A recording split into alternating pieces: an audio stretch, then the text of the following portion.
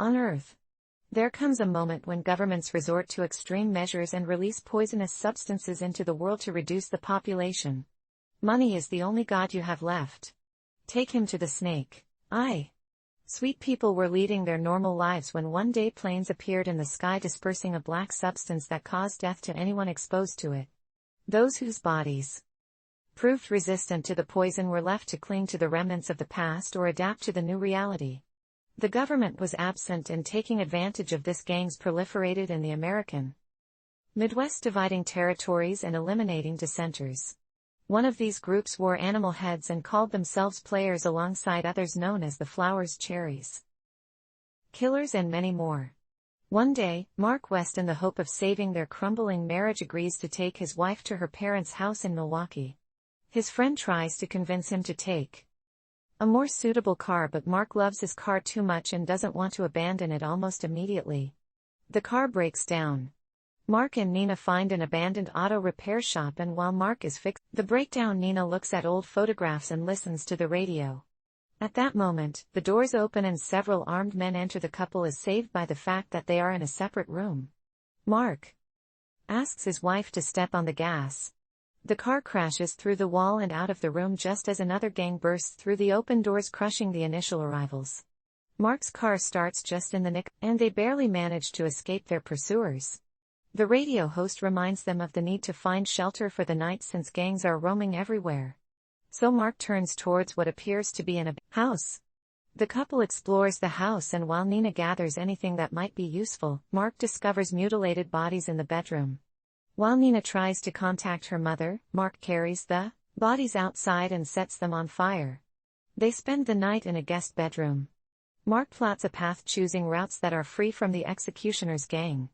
While Nina recalls how to ask her father for a magnificent collector's pistol and hopes that if they make it out unscathed, her father will still give it to Mark.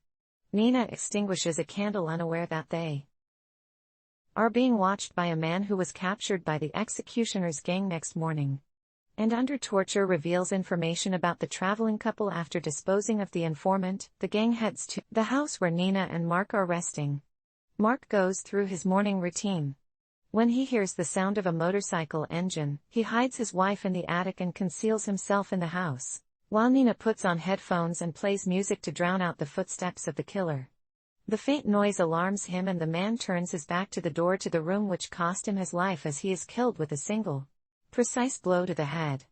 His partner spots Mark and attacks him. A fight ensues, during which Mark manages to strike the bandit in the eye with a makeshift weapon, leaving him lying on the living room floor, having escaped the danger. The couple continues on, unaware of any surveillance. Soon, Mark and Nina stop at a looted supermarket. People are attempting to replenish their supplies when a masked man appears in front of them and orders Mark to drop his gun. Suddenly he removes his mask and extends his hand. Mark doesn't trust his friendliness, but the man lifts and hands back Mark's gun. Mark then shakes his hand. Nate Wood is glad to meet normal people, but at that moment, the sound of engines can be heard and the new acquaintance instructs, "Hide." A group of bandits enters the store, and it turns out they are also looking for the couple, unfazed by the situation. Nate invites the couple to dinner, showing them a photo of his wife, Teresa.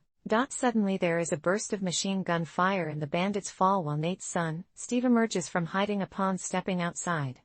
Nate insists that the couple join him. The road ahead is long and they haven't seen normal people in a while, so they would be happy to treat them to dinner and wine. Mark and Nina agree. Nate takes the pickup truck while he attaches the family's car to a trailer, explaining that it's for safety along the way. They are stopped by members of the Flowers gang. They exchange news, and the gang's leader, upon seeing Nina, suggests to Nate that he sell her. Nate laughs it off, saying that they are his friends. The bandit boasts about capturing a girl who is sitting in his cab, whom he named Betsy. Mark and Nina sense tension between the conversing parties, but Steve reassures them that the Flowers gang is weak and won't go against his father. As it turns out, he's right. The bandits clear the road and Nate takes the family to his home, unaware that Mark's adversary, who survived, is trailing them inside Nate's house. He questions Mark about the purpose of their journey and advises Nina to open her eyes. If their relatives aren't responding, they are most likely no longer alive. Just then Teresa invites everyone to the table. People enjoy peace and delicious food. And on the radio that Teresa calls their song. The couple dances, bringing smiles to the children's faces. Steve talks about the bandits they encountered while Nina, unable to bear hearing about violence, asks Nate's daughter Bella to take her to the children's room. Teresa accompanies them and the women discuss family matters. Meanwhile, the men wash the dishes and the host confesses that they just ate human flesh. Mark feels nauseous as Nate gives a speech about how only the ruthless have survived. He informs them that either the couple stays with them or he'll let them become prey. Women arrive sensing something is amiss. But then a bandit enters through the back door holding Bella hostage. He's willing to release the girl in exchange for Mark and Nina. Nathan agrees and the villain lets the girl go but aims at Mark as the bandit takes aim. Steve, who had stealthily approached the bandit, cuts his leg with a knife. The bandit falls but manages to pull the trigger and a bullet hits Teresa while Nathan is distracted. Mark and Nina make a run for it. Hop into their host's car and drive away.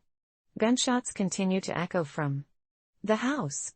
They drive down the road and Nina confesses that she can no longer play these insane survival games. They argue, unaware that ahead of them lies an ambush set by people hiding their faces behind animal masks. A shot rings out and Nina is hit in the shoulder. Mark quickly turns the car around. Meanwhile, Nathan contacts the leader of the Flowers and, informing him that his wife and daughter are dead, allows them to take the blonde. An enthusiastic bandit heads to the garage where he receives a blow to the head from Betsy armed. She then releases the captive women, revealing that she belongs to the Cherry Gang, and drives the gang leader's car out of the gate. In the meantime, Mark finds a small house in the wilderness, tends to Nina's wound, and puts her to bed. He then goes out in search of food. Nina wakes up and discovers notes from her husband all around, helping her navigate the house. She gets dressed and around starts packing a suitcase, intending to leave alone. When Mark enters a nearby room, silence prevails everywhere. So he goes upstairs and finds Nathan and Steve tied with bags over their heads. But when he questions how they got there, a very colorful character enters the room, suggesting they have some fun because after all, showtime is his life. Meanwhile, Betsy down the road, listening to the screams of the bandit.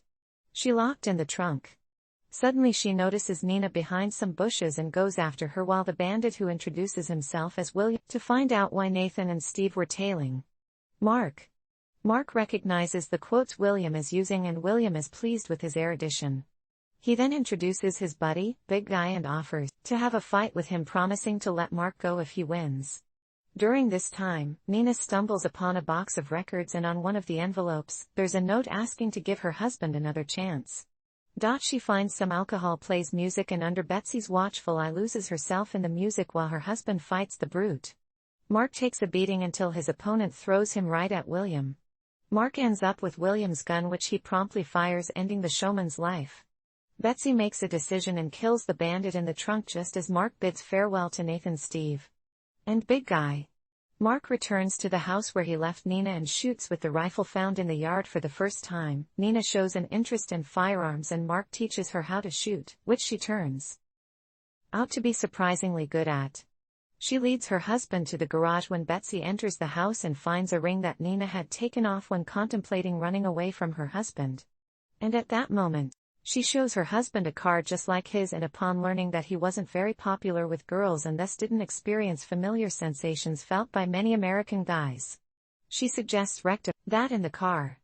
The process is interrupted by the animal-masked bandits, who capture the couple and take them to their base. There, they are brought into a room and seated at a table with 2 sticks attached to it, each with a gun affixed. Their hands are fastened to the gun handles and they are offered to play a game, 1 bullet in the chambers.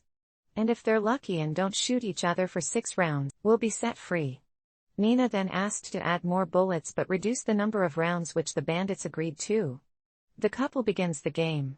And in the second round, Mark is shot in the The crowd rejoices and the 2 ladies start squabbling, which helps Nina free her hand. She grabs the judge's gun, shoots him and fires at the sticks holding the pistols. Then she positions her shoulder under Mark's semi-conscious body and makes her way to the door.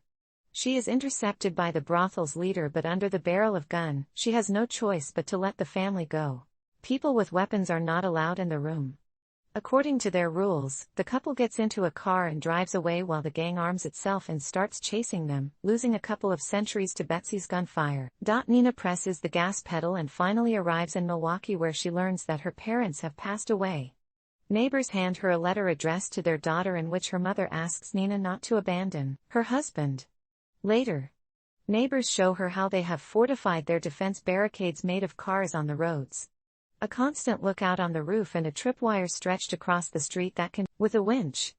If someone drives over the tripwire, it triggers an explosion sufficient to demolish a house. At this point, the town is greeted by a longtime friend of her father, Phil, while Betsy one of the houses and sets up a shooting platform by the window. Meanwhile, Nina overhears Phil reporting her arrival to someone. She goes to his house, but the man hides behind blinds. His radio comes to life reporting that they are 1 minute away, and Nina recognizes the voice. She realizes that the bandits are heading to the town, and upon seeing a neighboring girl on the road, she hides her in a house. She grabs a rifle and prepares to confront the players. The gang stops their cars right under the window of the house where Betsy is positioned and at them. Nina opens fire, immediately supported by Betsy taking down half of the gang. At that moment, the girl escapes from the house, and while Mark tries to catch her, one of the bandits attacks him. A homemade grenade at the cars, and Mark kills his attacker with the bandit's own horn. Phil watches in horror as Betsy gets wounded, and there, Nina sees the speeding Plow Air's car, which can easily sweep away anyone in its path. She rushes to the winch and tightens the tripwire, which the armored car brushes aside. But then the explosives go off and the car flips over among the attackers. Only one female bandit remains, who heads into the house where the wounded Betsy is at that moment, handing Mark her ring before succumbing to a bullet fired by the bandit. The bandit queen prepares to shoot Mark, but she receives a bullet from Nina while Mark recovers from the transformation of his wife.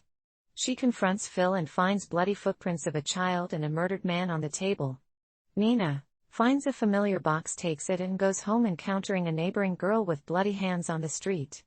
Nina hands the box to her husband, and he finds the long-desired pistol of her father inside. Then he places the lost ring back on her finger. The couple leaves the town in search of a better place, while the radio reports about a family that has destroyed a bunch of bandits. So the villains need